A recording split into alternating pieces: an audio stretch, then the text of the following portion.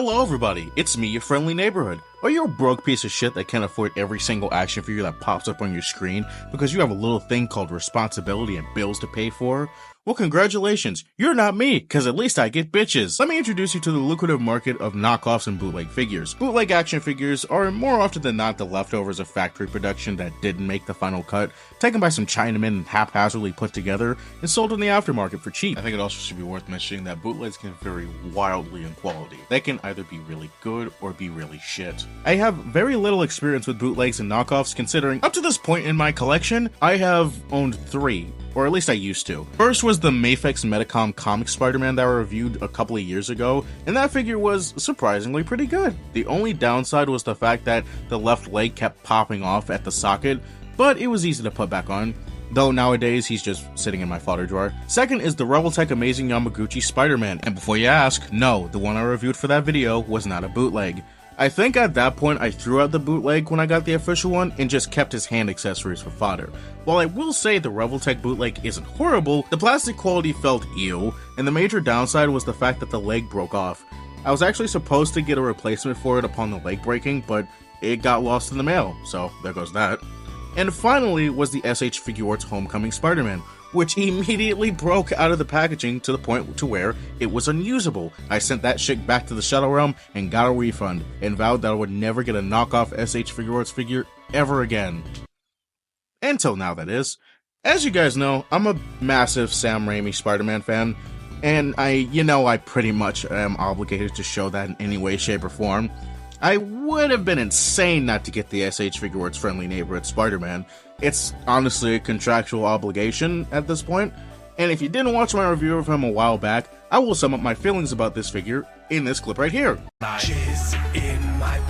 This figure is pretty much perfect. I could even forgive the fact that the No Way Home Raimi mask is a complete other travesty, and that's solely because I got a more accurate looking Raimi head. Now, that's all good and dandy, but what if you didn't want to break the bank to get the official SH Figuarts version of this figure? Ladies and gentlemen, 2 knockoff versions of the Friendly Neighborhood Spider-Man were put on the market, and I actually decided to go grab both of them just to let you know which one is more worth your money, and how well do they go against the official version. There's a standard version and a quote-unquote higher quality bootleg developed by a company named CT Toys, and I will compare both of these figures based on 3 categories: presentation, quality control, and how well they do with the original. Let's start out with the boxes. Now, for the standard KO figure, I didn't get a box for him. I just got the plastic packaging because it's just a retread of the original packaging. But the CT Toys packaging, this is something else. It's not only very much so different from the original packaging of the official one, that it kind of warranted me to have to get this version boxed. If you have a keen eye, you can actually see that this is the same packaging as the Spider-Man 3 Hot Toys box. And even though it is windowless packaging, I can actually excuse this and be fine with this. Points go to CT Toys for their presentation. For the standard bootleg, he works pretty well. Everything is present in articulation, nothing feels like it's going to fall apart in my hands, and he still maintains his posability. The only negative is the terms of the paint job. If you look closely, you will see that the mid-torso section is an entirely different color shade all around than the rest of the figure. It actually looks like a piece of the official SH Figuarts upon closer inspection in comparison, due to how cleanly painted it is along with the flat finish. But what's funny is that it feels like they were actually trying to paint on some shading. Speaking of paint, it's actually good for the most part. There is a bit of messy webline work here and there, but the worst offender is the masked head sculpt. Like, did someone fall asleep putting on the decals? The lens paint is overlapping the lens into the mask itself. I guess you could say it's an eyesore. Oh, brother, this guy stinks! Meanwhile, the CT Toys Tobey's paint remains pretty consistent, and the web lines are painted clean. And this time around, his overall aesthetic is more consistent.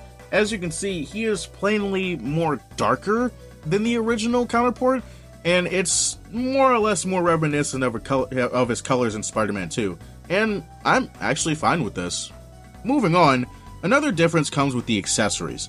The backs of the hands are painted properly, but when you flip them over... Oh my goodness! What the hell happened here? Why are the insides of his hands unpainted? This honestly just feels like pure laziness. The other big difference comes with the house sculpts. The standard bootleg is... What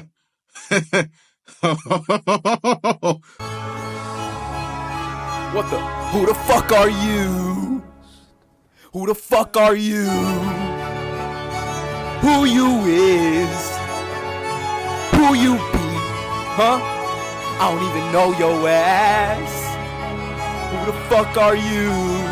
Oh, that's fucking awful. That's egregious. Holy shit. That ain't Tobey Maguire. That's Theodore McGinnis. But when you look at the CT Toys accessories, they're fully painted, web lines and all, and the unmasked heads look so good. Another difference I want to point out is the unmasked mask accessory. The standard bootleg is completely unpainted aside from the lenses, but the CT Toys one is also completely painted. So I chalk this up to laziness, I guess. Now, given everything that I just said, this boy should go to CT Toys, right? Well, there is one minor problem. The CT Toys Tobey has very solid and tight joints, especially in the shoulders. These shoulders were actually so tight I couldn't move them at all despite me trying my best to rotate them. But I kept trying and trying until I accidentally snapped the arm off.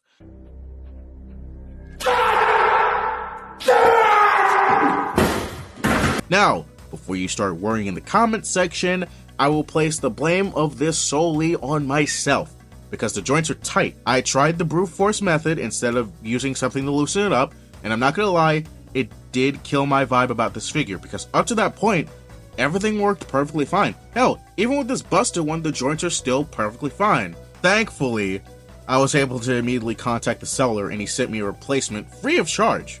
And that figure is the one you see in my hands right here. And upon taking it out of the packaging, I immediately checked the shoulder joints. And what do you know, they were also tight on the replacement too. But this time, I was prepared.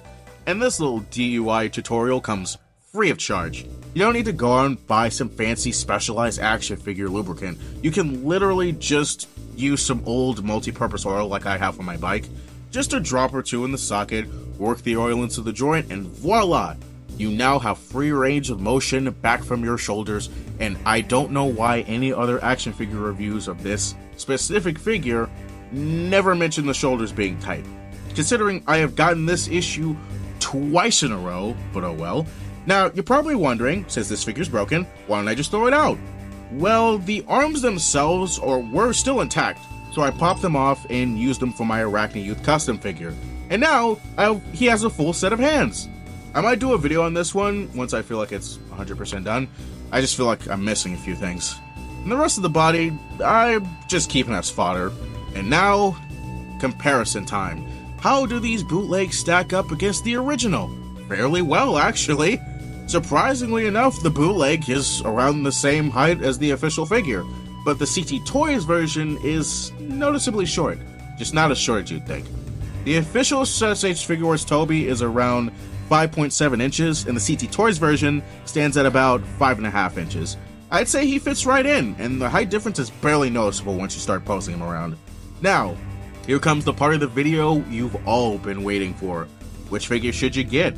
Both have pros and cons, and quite honestly, it's hard to say definitively which one you should get. But I'm leaning more towards the CT Toys Tobey figure.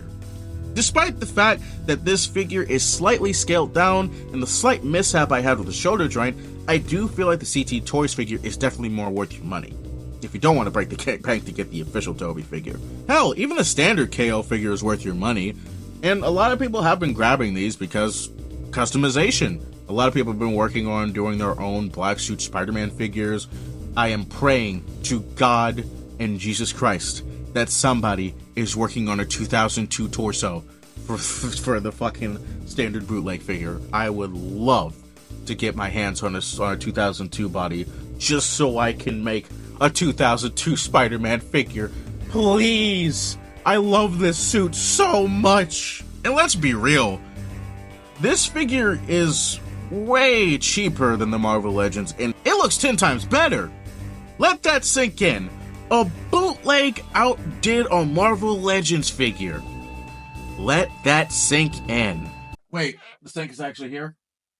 What the fuck does it want now? And CT Toys have been on fire as of late, considering they just released their Spider-Man 2099, which comes with alternate face sculpts that don't come with the official release, and they just announced they're doing their own Spider-Man 3 Black Suit figure. Wait a second, they're doing their own Spider-Man 3 Black Suit figure? Wait, does that mean SH Figure Arts was also working on a Spider-Man 3 Black Suit figure, or is CT Toys pulling a Miles Morales and doing their own thing? Now, by the time this specific segment was written out, they had just announced it. They haven't shown full pictures of it painted yet, and they just released like their prototype images. But around the time we were recording and editing this video, they've already shipped out their pre-orders, and yes, I pre-ordered it as well. It's on its way to my house. So, yeah, expect a review of that pretty soon. But, which version do you like the best? Do you own either of these figures? Tell me what your experience with these figures are. And if you're new to the channel, don't be afraid to subscribe. Leave a comment down below what your favorite part of the video was, and I will see you in the next one. And don't forget, you're always welcome in this neighborhood. See ya! Yay, this segment of the video is recorded after the reveal of the Mayfix Friendly Neighborhood Spider-Man. Haha.